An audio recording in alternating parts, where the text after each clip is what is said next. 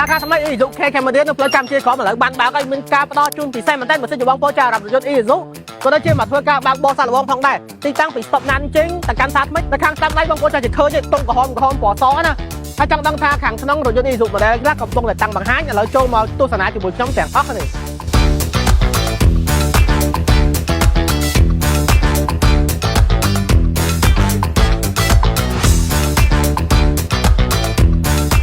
បុគ្គលិកគ្នាយើងចូលមកដល់ showroom របស់ Isuzu K Camry ហើយសាខាកម្ពុជាក្រមឥឡូវជួបបុគ្គលិកផ្នែកលក់គាត់តិចថាចង់សួរថានៅទីនេះឥឡូវយើងមានសេវាកម្មមួយគេខ្លះចឹងបាទបងសម្រាប់សាខាថ្មីបាទទីតាំង Isuzu សាខាកម្ពុជាក្រមរបស់យើងបាទបច្ចុប្បន្នហ្នឹងយើងបើកដំណើរការហើយសម្រាប់ទីតាំងរបស់យើងផ្ទាល់បាទបងដែលគាត់នៅចិត្តហ្នឹងបាទគាត់ងាយស្រួលមែនតើដោយសារតែវានៅចំកណ្ដាលក្រុងភ្នំពេញតែម្ដងបាទអញ្ចឹងគាត់អញ្ជើញមកគាត់អាចមកមើលរថយន្តព្រោះដោយសារយើងមានរថយន្តច្រើន model បាទ pick up ទាំង SUV ទាំង pick up បាទទាំងម៉ាស៊ីន 1.9 និង 3.0 បាទហើយក៏មានរថយន្តបើកសាកដែរបាទទាំងរថយន្ត test drive ផ្ទាល់ដូចគ្នាបាទចាឥឡូវឈានដល់ showroom ខ្ញុំបង្ហាញបងប្អូនពីរថយន្តពីរ model ដែលខ្ញុំចង់បង្ហាញបងប្អូនតិចតាក់ទង Isuzu MU-X ក៏ដូចជា Isuzu D-Max V-Cross អូខេបងប្អូនឥឡូវមកតាមដានជាមួយខ្ញុំទាំងអស់គ្នាជាហ៊ានដំបូងខ្ញុំចង់បង្ហាញពីរថយន្ត Isuzu MU-X សេរីថ្មីតិចបងប្អូនដែលជារថយន្តបែបលក្ខណៈអភិជនបងសាកសមសម្រាប់ការប្រើប្រាស់លក្ខណៈគ្រួសារគ្នា7នាក់អីគឺ the best តែម្ដងដោយសារត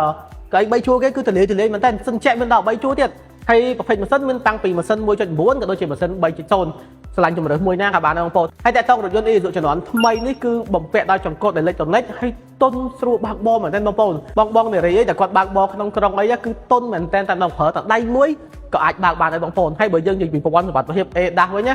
គឺមានទាំងអស់បងតែតប្រព័ន្ធចាប់កន្លងផ្លូវ radar ប្រាំងអូតូ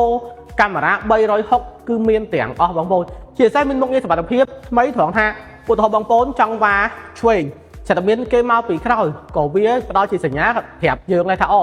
មានឧបសគ្គហើយអញ្ចឹងណាអញ្ចឹងឆ្លាតវៃខ្លាំងមែនទែនស័ក្តិសមខ្លាំងបងប្អូនដែលថាត្រូវការរថយន្តនេះបើកបរបានគ្រប់ស្ថានភាពផ្លូវដោយសារតែជារថយន្តប្រភេទ SUV ខ្ពស់ពីដីល្អបងប្អូនបាទមិនថាបងប្អូនទៅ adventure ដល់ទីណាគឺអាចបានទាំងអស់តែម្ដងជាពិសេសជារថយន្តមួយដែលបងប្អូនប្រើដោយទំនុកចិត្តបាទដឹងស្រាប់ហើយរថយន្តជប៉ុនប្រើធន់មែនទែនដែល Isuzu ក៏តែនិយាយណាប្រើតកូនចៅតែម្ដងបងប្អូនអូខេចឹងតើតនឹងរថយន្ត Isuzu MU-X ជំនាន់ថ្មីយើងប៉ុណ្ណឹងឥឡូវមកតាមដាន Isuzu D-Max V-Cross ជាមួយខ្ញុំថែមតិចទៀតឥឡូវយើងចូលមកដល់រថយន្ត pick up ម្ដងដែលជារថយន្តមួយកំពុងមានការចាប់អារម្មណ៍ខ្លាំងរូបរាងស្រស់ស្អាតមែនទែនបាទដែលមានហាស្យាមដូចខ្ញុំនិយាយដែរអញ្ចឹងគឺប្រើតកូនចៅតែម្ដងគាត់ថាបងប្អូនត្រូវការរថយន្តដែលថាជិះទៅណាក៏អត់ងាយខូចបាទជិះតែទំនុកចិត្ត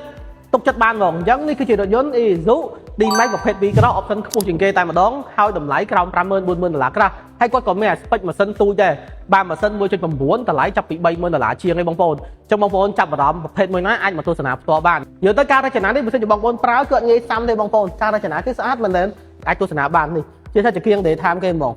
ជាមួយគុជ LED នៅខាងក្នុងឲ្យបងប្អូនបាទខ្ញុំធ្លាប់យករថយន្តនេះជិះធ្វើការបើកបរសាកល្បងពិតជាមានអារម្មណ៍ថាផាសុខភាពដោយសារតែហេតុអីចង្កូតគេជាប្រភេទចង្កូតអេឡិចត្រូនិកហើយដឹងស្រាប់ហើយ Isuzu ជា stack មួយសុទ្ធហើយបាទអញ្ចឹង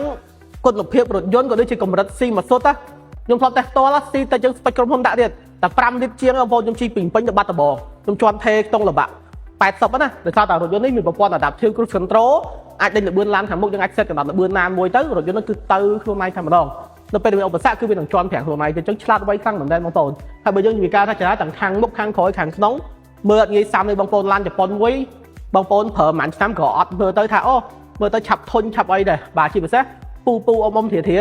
ដូចជាយុវវ័យតែគាត់ជាអ្នករកស៊ីខាង business ក៏ដូចជាអ្នកចំការដែលគាត់ត្រូវការដឹកអវ៉ាន់ធ្ងន់តែមានទំនុកចិត្តក៏ដូចជាប្រព័ន្ធសុវត្ថិភាពខ្ពស់អាចជ្រើសរើសបានជាមួយរថយន្ត Isuzu D-Max នេះផ្ទាល់តែម្ដងបាទអញ្ចឹង spec មានច្រើនតាំងពីម៉ាស៊ីនតូចម៉ាស៊ីនធំទៀតបងប្អូនអញ្ចឹងសម្រាប់បងប្អូនដែលថាចាររថយន្ត Isuzu គ្រប់ម៉ូដែលចង់ធ្វើការបើកបរសាកល្បងកុំភ្លេចមកសាខា Isuzu K Camry ដែលមានទីតាំងនៅផ្លូវកម្ពុជាក្រោមបាទ